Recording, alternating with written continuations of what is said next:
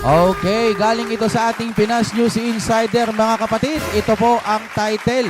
Hala, biglaan ito na matinding utos ng Korte Suprema. What is this? Pamilyang Marcos hinatulan na? Question mark ulit yan. Tamba si Bakna.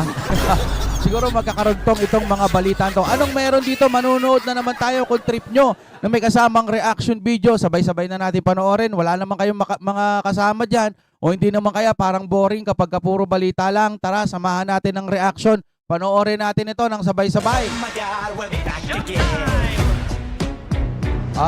Yeah. Okay, ang reaction na to ay hatid sa inyo ng Fiber ni Juan. Nandiyan po sa baba. Kung trip nyo po, nako, magpalit na kayo ng internet kapag mabagal ang internet nyo. Dahil dyan, mga kapatid, mura na at ang bilis-bilis pa. Simulan na po natin. Anong meron dito? Nood na tayo. Ito ang mainit na balita na dapat malaman at mapanood ng taong bayan at Okay. pinag-uusapan ngayon sa mundo ng social media na tila ayaw ipalabas ng bayarang media. Oh. Tila totoong araw ang kasabihang sadyang hindi natutulog ang karma. Ito'y matapos ang kinasasangkutang kontrobersiya at skandalo ni Marcos Jr. Pamilyang Parang pinapaalala lang to eh. Tingin ko mayroon pang ibang news to. Marcos sila muli raw kinarma. Korte Suprema kinumpirma na at opisyal nang binabawi ang Malacanang of the North. Oh. Pero bago natin simulan ang balitang politika ngayon sa Pilipinas, kung ikaw ay bago pa lamang Parang napanood na rin natin to, no, mga kapatid. Pero ang ugali kasi ng nire-reaction ng video natin, ibig ko sabihin ugali ay yung style ng balita nila. Magbabalita sila ng ganito para ipaalala yung nakaraan, then may latest po yan bandang gitna. Tignan nga natin. sa aming channel, ay please huwag kalimutang mag-subscribe at i-click ang notification bell. Huwag din kalimutang Yeah. mag-like para mas maging updated ka palalo sa lahat pa ng bago naming mga upload. Yes. Tila totoong araw ang kasabihang sadyang hindi natutulog ang karma. Matapos ang umano'y panggigipit at tila panggurgor sa pamilyang Duterte, Aha. lalong-lalo na sa pangalawang pangulo na si Sara Duterte, na tila pinaulanan ng walang katapusang samut-saring pangbabatikos ng administrasyon ngayon. Sa wakas, gumagana pa rin pala ang judiciary sa Pilipinas. Pamilyang Oh. Marcos tila muli raw kinarma. Kamakailan lamang, kinumpirma na at idineklara na ng Korte Suprema na ang 57.68 hectares na property ng pamilyang Marcos sa barangay Suba, Paon, Ilocos Norte Aha. ay pinatunayang ill-gotten wealth at ipinag-uutos pa ng Korte Suprema na ibalik na ito. Oh. Ayon pa sa balita na inilabas ng Korte Suprema, SC Marcos family's Paway property ill-gotten. The Supreme Court EC has ruled that a 57.68 hectare property in Barangay Suba, Pao, Ilocos Norte, owned by the Marcoses, constitutes ill-gotten wealth in a decision penned by Associate Justice Marvic Leonen, the ECN Bank Rule. Ngayon ang tanong, 'di ba, matagal na rin itong balita na to, no? Parang ilang buwan na rin atang inilabas to. Ngayon ba nabawi na, no? Yan ang walang lumalabas na ganyan na balita eh. As unconstitutional, the 25-year lease agreement signed on December 20, 1978 between the late President Ferdinand Marcos Sr. and the Philippine Tourism Authority, PTA.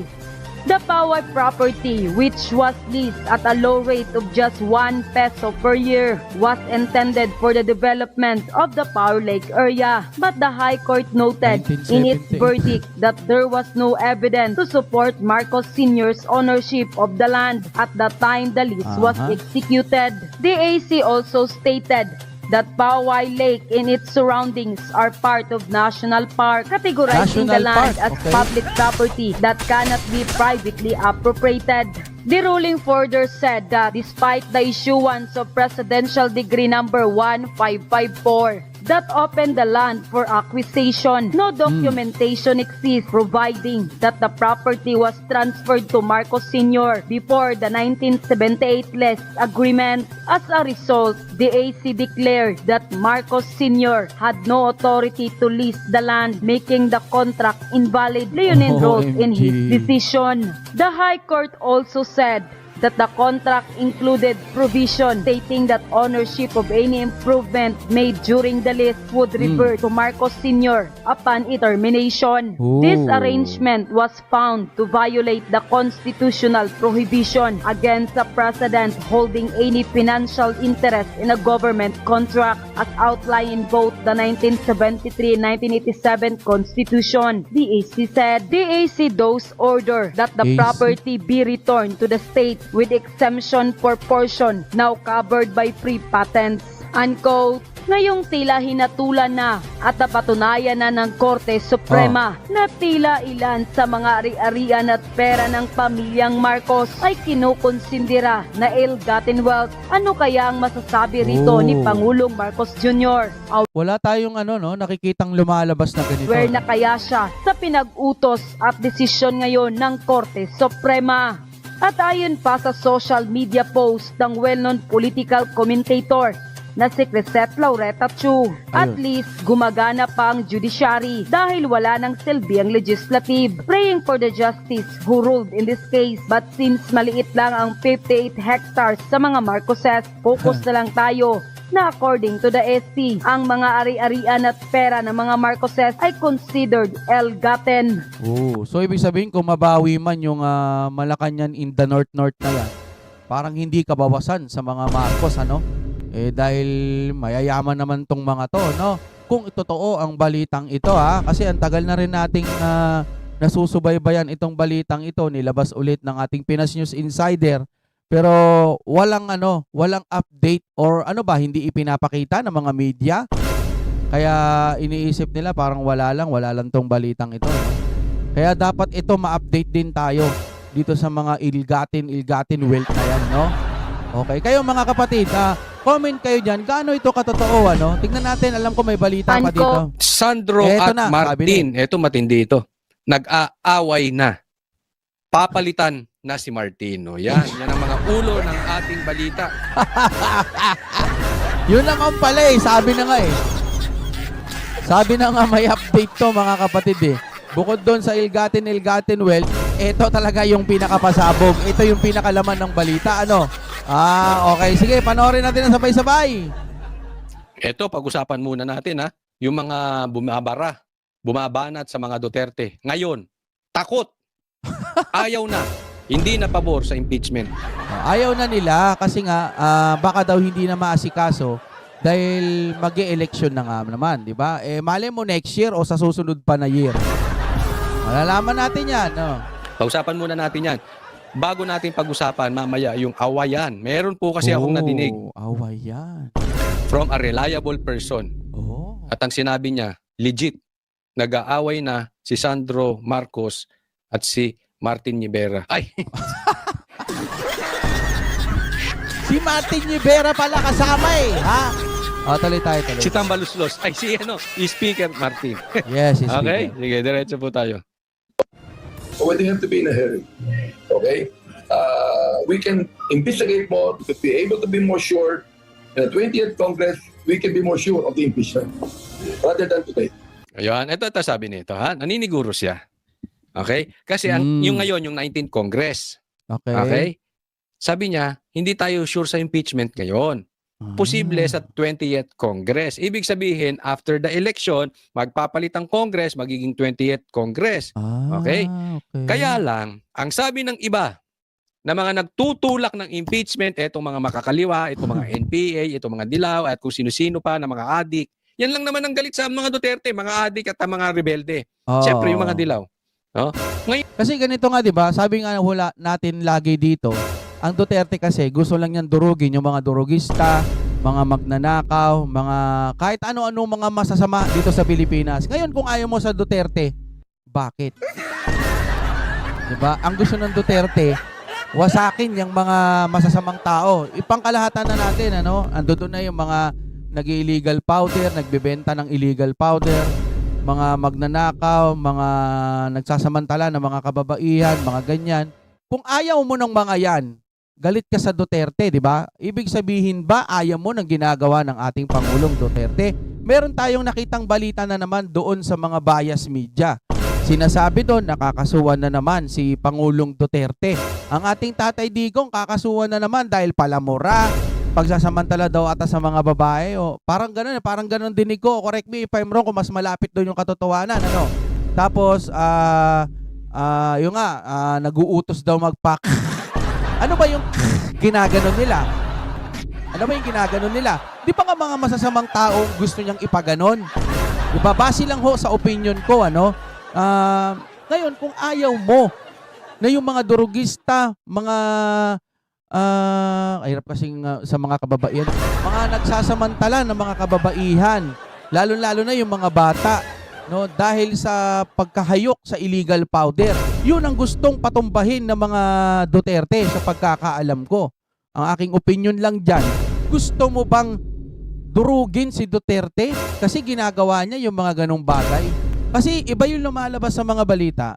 Ang sinasabi nila sa balita, ang Duterte daw, palamura, yung minumura naman niya yung mga walang kwentang tao. Salot sa lipunan yung mga minumura niya. Expression niya. Kaysa naman doon tayo sa hindi nagmumura pero nangungurakot. Nililin lang ang iyong mga mata, iyong mga tenga sa mga anghel na salita na tutulungan kuno ang ating bayan. Pero sa ilalim nun, sa likod nun, nagnanakaw naman pala. Dito na ako sa totoong tao, palamura. Sige. Pero gigil na gigil siyang durugin yung mga durugista. Diba? Yun naman ang gusto ng ating Pangulong Duterte. Ngayon, ayaw mo sa Pangulong Duterte. Bakit? Gusto niya ng katahimikan sa ating bansa. Gusto niyang mapaunlad ang ating bansa. Tapos ayaw mo sa Duterte. Bakit? Huwag niyo akong sabihan ng mga hilaw ng mga nagagastos yan ng mga confidential fund eh. Talaga siya na ipaliwanag na nga yan eh. Yung ibang may confidential fund, ba't ayaw niyong alungkatin? Kayo mangalungkat. Yung mga iba, yung mga vlogger ng kabila. Di kayo mangalungkat. Di kung may nakita kayo, kasuhan nyo. Gagi, kasama ka rin, taong bayan ka rin, kasama ka sa Pilipinas na dapat alam mo kung ano ang dapat. Ito pa yung Iglesia ni Cristo nating mahal. Di ba sinusuportahan nila ang Pangulong Marcos na wag ipa-impeach si BP Sara. Pangulong Marcos, base sa kanyang opinion, ayaw niyang ipa-impeach. Tapos in-update pa ngayon, di ba? Kahapon ba yun o isang araw? Tapos dapat yun, suportahan nyo rin kasi sinusuportahan nyo si PBBM eh. Tapos ngayon, ang nirerekta nyong banatan yung mga Iglesia ni Cristo. Abay, buwap ka. Diba? Ngayon, ipapahid nyo yung kasalanan doon sa mga taga-Iglesia ni Cristo na namumuliti ka. Unahin nyo, oy, PBBM naming mahal. Bakit mo kasi sinabi yon? Dapat hindi eh. Suportahan mo ang Pangulo mo. Diba? Kami sinusuportahan namin ng mga Duterte kasi nga gusto namin yung ginagawa ng Duterte. Diba? O ito pa, isipin nyo, may balita na naman yung bigas. Diba sabi ng ating Pangulo, ginawa na raw nila ang makakaya nila. Pero ganun pa rin, mataas pa rin ang bigas. Kaya magkakaroon na ng emergency security, etc. para maibagsak sa mga merkado yung mga bigas na nasa warehouse, etc. Yun ang ibabato nila ngayon. Ngayon, magiging mura. Okay, salamat po kung ganun ang mangyayari. Pero bakit ganun? Bandang eleksyon nangyari. Pero okay lang para sa akin. Hindi ko na lang iisipin na dahil ba yan sa eleksyon. Hindi na ako magiging leader. Salamat po, mahal na Pangulo, at nakaisip kayo ngayon sa pagkakataon na malapit na po ang eleksyon na mapababa ang presyo ng ating bigas sa pamamagitan ng food security emergency ba yun? Something like that. Ano, di ba? Salamat pa rin po kahit papano mapapababa. Buti na lang po dumating yung ganyang pag-iisip ninyo na emergency para po yung ating bigas mapababa. Salamat pa rin doon kahit papano. Hindi ho tayo magiging bitter. Pero may naaamoy lang naman ako. Kasi malapit ng eleksyon, kaya ba nagkaganon? Question mark lang po.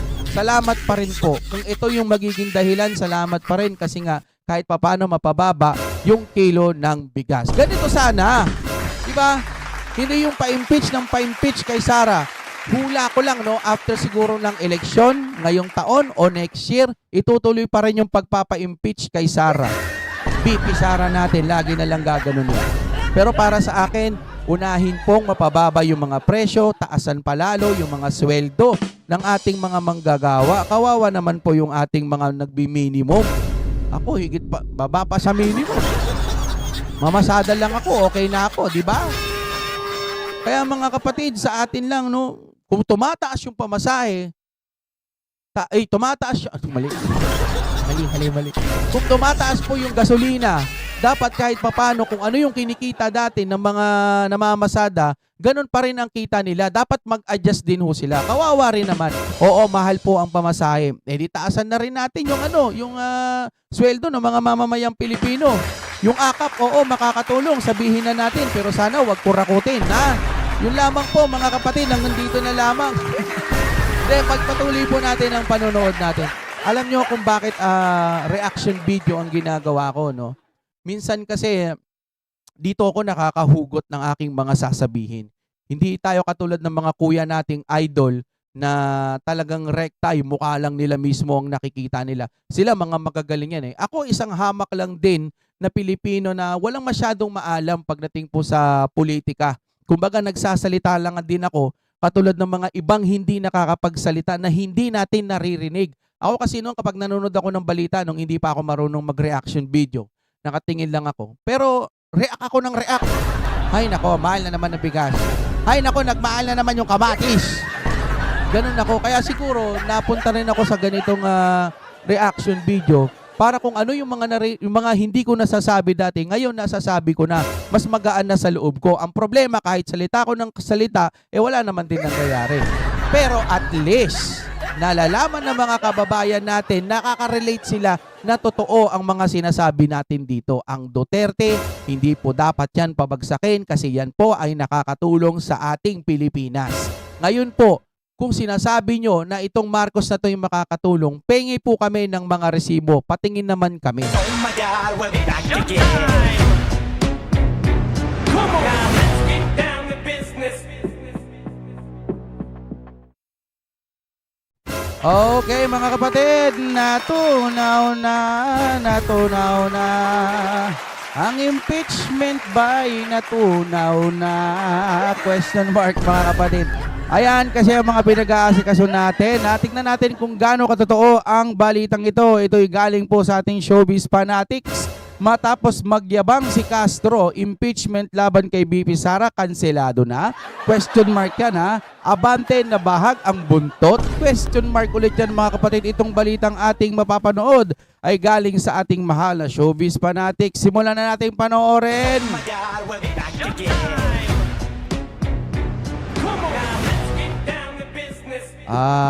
Yes. Siyempre, ang reaction video na ito at opinion ay atid sa inyo ng Fiverr ni Juan. Nandiyan po sa description. Paka-available na po yan sa inyong lugar. Napakabilis po ng internet nila at ang mura-mura pa. Ay, tawagan nyo na. Nandiyan ang contact number.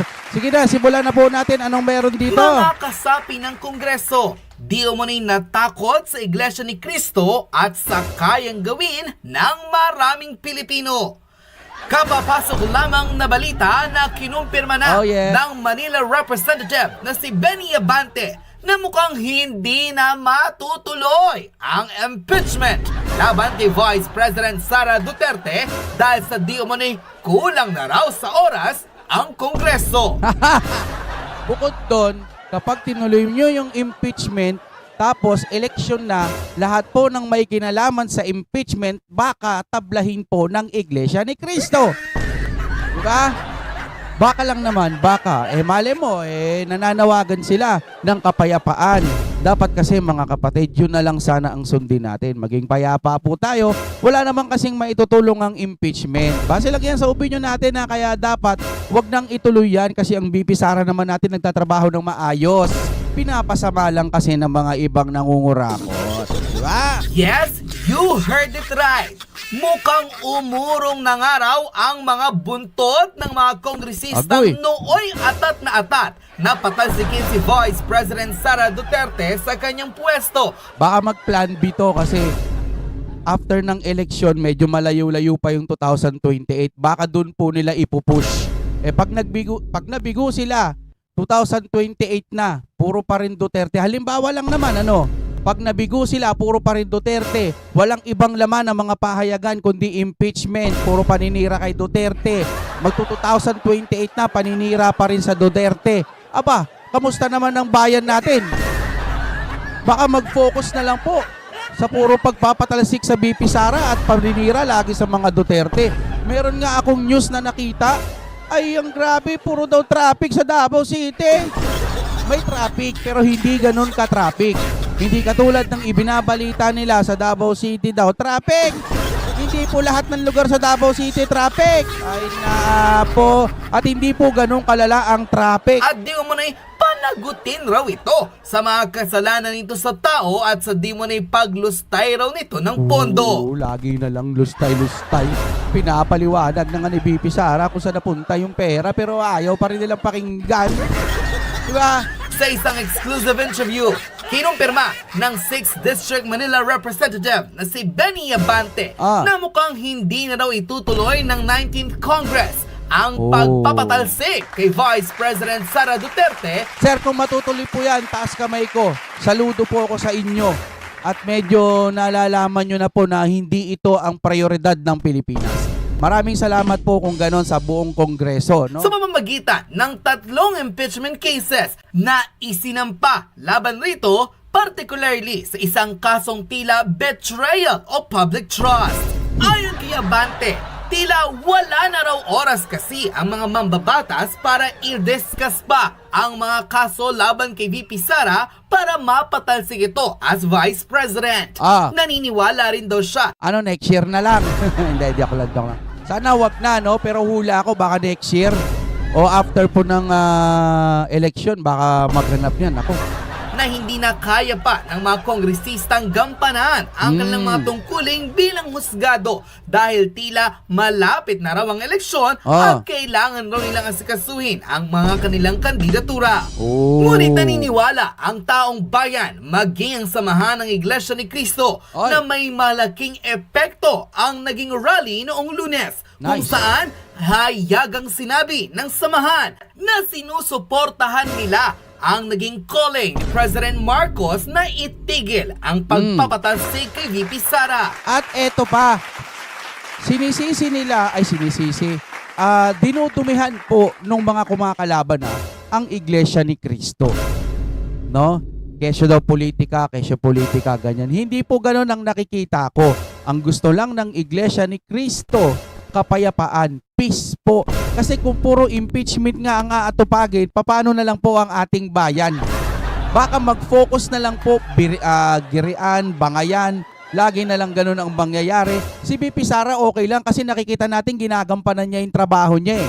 Nakikita ho natin niya at may page po siya kung saan siya pumupunta at nagbibigay din. Yun nga lang, hindi ipinapakita ng mga bias media yung mga project po ni BP Sara. No? Ang pinapakita lagi, sira si BP Sara. Sinisiraan si BP Sara. Impeachment kay BP Sara. Ginastos ni BP Sara, etc. Ang daming paninira kay BP Sara. Kahit sinasagot na ni BP Sara, sinisira pa rin. O yung sa kabila, ang lalaki din ng budget, mas malaki pa, billion pa nga yung confidential. Eh bakit hindi nila masilip-silip? Yung flood control, in-stop na ba yung pag-iimbestiga? Yun lang po, nadadala lang ako ng aking damdamin. Pasensya na, hindi ho ako kumakalaban. Sinasabi ko lang po yung katotohanan. Yun nga lang, wala naman tayong kapangyarihan kahit magsalita tayo ng magsalita rito. Kung wala ding gagalaw, sinasabing labag sa konstitusyon at ilang bilyong ulit na nating sinasabi to, wala rin nangyayari. Pero hindi natin kailangan kalimutan yung mga nangyari, yung PCSO. Lagi ho natin babanggitin dito yan. Wala, kakalimutan na lang ng taong bayan yung singot-singhot, yung raid, etc. Yung kay Jonathan Morales. Dito sa channel natin, uulit-ulitin natin yan para malaman at hindi nyo makalimutan na may mga pending na dapat pong unahin kaysa dito sa pagpapabagsak kay BP Sara. Diba? Palike naman po pag nakaabot kayo dito, ituloy na natin to ng dire-diretso. Lalo't maraming salamat sa ating showbiz fanatics. kasapi ng iglesia ang naniniwalang pamumulitika ang ginagawa sa ikalawang pangulo para mapatalsik ito sa pwesto. Dahil dito, maraming netizen ang binanatan at ni-real talk ang mga kongresista, partikular na si Benny Abante, nang sabihin nitong hindi na nila itutuloy ang impeachment laban kay VP Sara. Okay, tuloy. Dahil para mismo sa mga Pilipino at sa ilang kasapi ng Iglesia ni Cristo na bahag raw ang buntot ng mga kongresistang ito dahil bukod sa alam nilang wala silang makukuhang boto, mayayari raw sila sa mga Pilipino. Ayon sa kanyang controversial comment post, this old man from Manila can deny the fact that the INC rally has a huge effect to those politicians seeking posts in the upcoming 2025 and 2028 election. Kaya nila iniurong ang impeachment laban kay VP Sara. Kunwari pa silang ang tanging rason lang dahil wala nang enough time to discuss their plans. Ang sabihin nyo, natakot kayo dahil alam nyong isa na ang INC sa hindi papayag sa mga maiitim nyong balak. Aside sa wala naman talagang kayong matibay na ebidensya to impeach her, alam nyong makakalaban nyo hindi lang ang iglesia, kundi ang marami pang Pilipino nagigil sa mga ugali nyong buhaya at takot masukol kapag naupo si VP Sara. Every Filipino knows na kayong mga gumipit sa pamilya niya, may kailalagyan kapag siya ang naupo sa pwesto. Hindi dahil sa paghihigantihan kayo, pero dahil sa ang sasama ng ugali niyong pagtulungan ang taong minsang nag-ahon sa Pilipinas nung panahong lulong sa droga at korupsyon ng bansa. Nagpakalat pa kayo ng kutakot na kasinungalingan. Ngayon pa lang, for sure, nababahag na ang buntot ng mga congressman na pinagtutulungan si VP Sara. Congressman Benny Abante is aware sa mga pwede nilang kahinatnan kapag naupo si VP as president. Mauubos silang lahat. Kaya ngayon pa lang, nagpapabango na ang mga buwaya sa salita. Kesyo pinagmumukhang tagapagligtas ang kanilang mga sarili para masabing sila ang nag-initiate na huwag ituloy ang impeachment. Mga gunggong, mga duwag kasi kayo. Saka, if you have a strong evidence to impeach her, ngayon nyo na gawin. Tingnan natin kung magtatagumpay kayo. No wonder, inihinto na nila ang impeachment dahil alam nilang simulat sa pool, sila ang mananagot, hindi sa Iglesia ni Cristo, kundi sa mga Pilipino. Unquote. Narito at panoorin ang full video kung saan kinumpirma na ng Manila Representative na si Benny Abante na hindi na matutuloy at kahit pa subukang i-discuss sa Kongreso ang impeachment laban kay VP Sara, mga kongresista hindi na raw susuporta. Panoorin ang full video. Kung meron mang magtatangka, hindi niya ito susuportahan dahil naniniwala siyang hindi na ito kayang asikasuhin ng 19th Congress. At this point in time, palagay ko, hindi na eh. I made up my mind that I'm not going to be a party of impeachment now. Because it's too short a time. And I think that we're not prepared for it.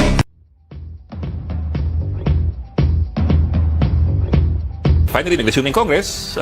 Ang tanong na marami, isang buwan na mahigit yung impeachment complaints dun sa SecGen. Kayo ba ito ba itutuloy ng Kongreso po o isi-shelve ba? Kasi may usap-usapan na baka daw pagkatapos ng eleksyon saka gumalaw ang impeachment complaints. Malaking question yan.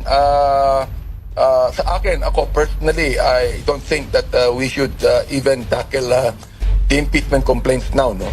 The fact that the election is quite near, campaign period po ngayon, no? So siguro, anyway, ang impeachment naman pwede namang i-file yan every year, no?